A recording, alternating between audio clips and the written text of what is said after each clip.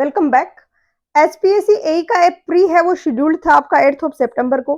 काफी अच्छे से हम लोग प्रिपेयर कर रहे थे इस एग्जाम के लिए, बट सडनली 2-3 दिन पहले ये नोटिस आके टपकता है कि 30 सितंबर को मेंस होगा।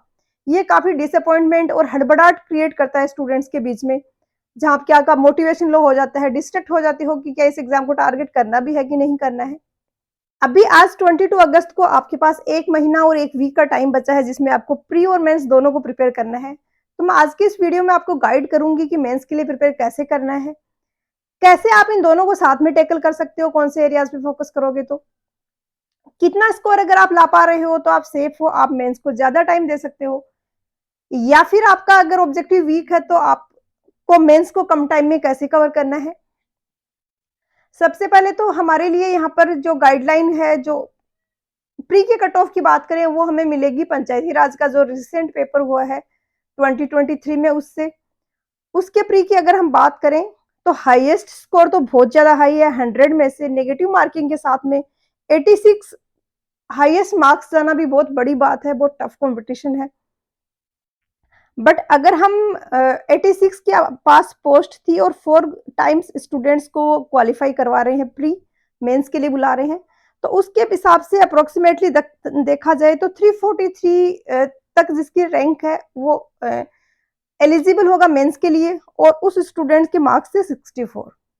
ये सिनेरियो था जब 86 पोस्ट थी, अभी आपकी पोस्ट भी थोड़ी ज्यादा है, 104। तो कोई ऐसे स्टूडेंट्स जिनका ऑब्जेक्टिव स्ट्रॉन्ग है, पंचायती राज वाला पेपर देखिए एक बार। क्या आप वैसे सिमिलर से पेपर में अगर 70 प्लस स्कोर कर पा रहे हो तो आप अभी 8 सितंबर से पहले भी अपना टाइम मेंस को डेडिकेट कर सकते हो। प्री को छोड़ना नहीं है, टेस्ट सीरीज कंटिन्यू रखिए। प्री के लिए डेली का एक टेस्ट दिया, उसको एनालाइज किया, बचा हुआ टाइम है वो मेंस के लिए दे दिया। दूसरे ऐसे स्टूडेंट्स हैं जिनका मेंस थोड़ा ठीक है, बट वो भी मेंस को टाइम नहीं दे पा रहे हैं, प्री को टाइम देना पड़ रहा है क्योंकि उनका प्री का वीक है। प्री के मार्क्स तो काउंट नहीं हो रहे, लेकिन क्वालिफाई तो करना जरूरी है ओबियसली। तो हम थोड़ा मेंस का भी डिस्कस करते हैं कि मेंस में क्या सिनेरियो रहता है, कितने मार्क्स आते हैं स्टूडेंट्स के। तो प्री के कंपेयर करके अगर देखा जाए तो मेंस में उतना ज्यादा टफ कंपटीशन में नहीं कहूंगी, उतना मुश्किल नहीं था स्कोर करना, कि जितना जो मैक्सिमम स्कोर था वो बहुत ज्यादा हाई नहीं था। जो मेंस में अपीयर हुए थे स्टूडेंट्स, उनका मैंने रिजल्ट को एनालाइज किया। 150 मार्क्स का यहाँ पर पेपर था, इसमें से 109 के आसपास हाईएस्ट स्कोर था। 100 प्लस वाले यहाँ से 4 से 5 बच्चे थे। ऑब्जेक्टिव में 100 में से 86 मार्क्स लाना ज्यादा मुश्किल है, यहाँ पर भी मुश्किल है ऑब्वियसली, बट सब्जेक्टिव में आपको चॉइस मिलती है। जैसे इसमें 18 क्वेश्चंस थे, आपको उनमें से कोई से 15 क्वेश्चंस ही करने थे। मेंस का लेवल ठीक था, इजी तो हम नहीं कह सकते उसको, बट फिर भी एक इंपॉर्टेंट टिप यहाँ पर यह है दोनों प्री और मेंस को साथ में प्रिपेयर करने की, कि आप ज्यादा से ज्यादा न्यूमेरिकल्स पर फोकस कीजिए। मैं एक बार आपको सिनेरियो बताती हूँ कि जो प्रीवियस मेंस के एग्जाम रहे हैं एचपीएससी के, उनमें न्यूमेरिकल्स का कितना हाई वेटेज रहा है। अगर आपका न्यूमेरिकल पोर्शन आप स्ट्रॉन्ग कर लोगे तो प्री में तो हेल्प करेगा, इसी के साथ मेंस में भी आपको हेल्प मिलेगी। सबसे रिसेंट पेपर है 2023 का पंचायती राज वाला, उसकी अगर हम बात करें तो उसमें मैक्सिमम मार्क्स तो आपके थे, वो थे 150।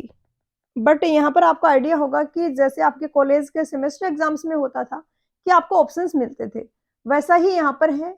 यहाँ पर टोटल जो पेपर था वो 180 मार्क्स का था। 18 क्वेश्चंस थे 10-10 मार्क्स के, जिनमें से ओनली कोई 15 क्वेश्चंस आपको अटेम्प्ट करने थे। तो टोटल 180 मार्क्स की अगर हम बात करें यहाँ पर, तो इसमें न्यूमेरिकल्स थे, वो थे 159 आउट ऑफ 180। थ्योरेटिकल था ओनली 15 आउट ऑफ 180, ये न्यूमेरिकल है, ये थ्योरी है, और कुछ डेरिवेशन वाला पार्ट था जो था 6 आउट ऑफ 180। अलावा जो पहले पेपर हुए हैं 21 में, 22 में, और एक और पेपर यहाँ पर मैंने इंक्लूड किया जिसका ईयर नहीं लिखा था, साइट पे अवेलेबल था, उन सबको अगर हम डिस्कस करें तो वहां पर भी सेम ही सिनेरियो है। 2022 वाला जो पेपर है, 2022 का पेपर, जिसमें मैक्सिमम मार्क्स आपके थे यहाँ पर, जो आपको अटेम्प्ट करना था वो 200 मार्क्स का था। बट जैसा मैंने बताया एक्स्ट्रा क्वेश्चंस होते हैं वहां पर आपको ऑप्शंस के लिए। तो 320 मार्क्स का ये पेपर था जिसमें आपका 223 था वो न्यूमेरिकल पोर्शन था। थ्योरी इसमें आपका सिर्फ था 97 आउट ऑफ 320। 2021 का जो पेपर है उसमें अगर हम बात करें तो थ्योरी है 6 मार्क्स का आउट ऑफ 250। 2021 का पेपर है ये 150 मार्क्स का ही आपको ओनली अटेम्प्ट करना था, जो मैक्सिमम मार्क्स है वो 150 था, बट एक्स्ट्रा क्वेश्चंस के कारण ये 256 इसका टोटल वेटेज था, जिसमें से 6 थ्योरी था और इसी के साथ में आपका 250 मार्क्स आउट ऑफ 256 यहाँ पर न्यूमेरिकल पोर्शन था। एक और यहाँ पर क्वेश्चन पेपर अवेलेबल था, पेपर कोड 1051 करके मेंस का, जिसमें कि ईयर नहीं मेंशन था, वो था 150 मार्क्स मैक्सिमम मार्क्स थे उसमें। इसमें थोड़ा सा कम हुआ न्यूमेरिकल्स का वेटेज, इसमें न्यूमेरिकल्स का वेटेज था 95 आउट ऑफ 220, थ्योरी था 65 आउट ऑफ 220 और यहाँ पर 60 था आउट ऑफ 220 डेरिवेशन। और ये डेरिवेशन भी कोई ऐसा नहीं है कि कोई इक्वेशन आप जो नॉर्मली यूज करते हैं उसको आपसे डिराइव करवा लिया, बस क्वेश्चन था उसमें, वहां पर उन्होंने वैल्यू नहीं दी हुई थी, जैसे स्पान है तो डायमीटर उसकी लेंथ नहीं दिया, लोडिंग को डब्ल्यू लिख दिया और फिर आपसे शियर फोर्स पूछ लिया, बेंडिंग मोमेंट पूछ लिया, ऐसे क्वेश्चंस जो सेम वैसे ही होंगे जैसे न्यूमेरिकल्स होते हैं, बस आपको वहां पे वैल्यू नहीं लिखनी है। तो यहाँ पर भी डेरिवेशन वाला अगर इसमें मिला दें तो आप कह सकते हो कि मेजर जो चंक यहाँ पर पूछा जा रहा है वो न्यूमेरिकल्स का है। तो अगर आप न्यूमेरिकल से स्ट्रॉन्ग कर लेते हो अपना प्री के प्रिपरेशन के ड्यूरेशन में ही, तो आपको काफी ज्यादा हेल्प मिलेगी यहाँ पर मेंस में प्रिपेयर करने के लिए। यहाँ पर बात करें कि मेंस के लिए क्वेश्चंस कहाँ से प्रैक्टिस करें, तो मैंने एसएससी पीवाईक्यूज और ईएससी के पीवाईक्यूज दोनों को ही एनालाइज किया, स्टडी किया, बट एग्जैक्टली क्वेश्चंस का ट्रेंड मुझे ऐसा कहीं से मिल नहीं पाया है।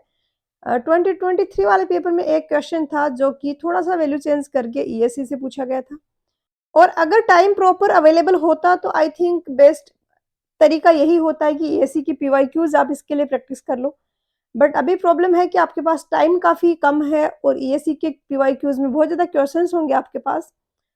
तो मुझे लगता है कि मिक्सअप भी कर सकते हो कि कुछ सब्जेक्ट्स के एसएससी पीवाईक्यूज कर लिए, कुछ सब्जेक्ट के ईएससी के पीवाईक्यूज कर लिए, या फिर आपको लग रहा है कि ईएससी के पीवाईक्यूज आपके लिए डुएबल नहीं है अवेलेबल टाइम स्पैन में, तो फिर आप सारे सब्जेक्ट्स के एटलीस्ट एसएससी जेई के पीवाईक्यूज हैं उन्हीं को टारगेट कर लीजिए।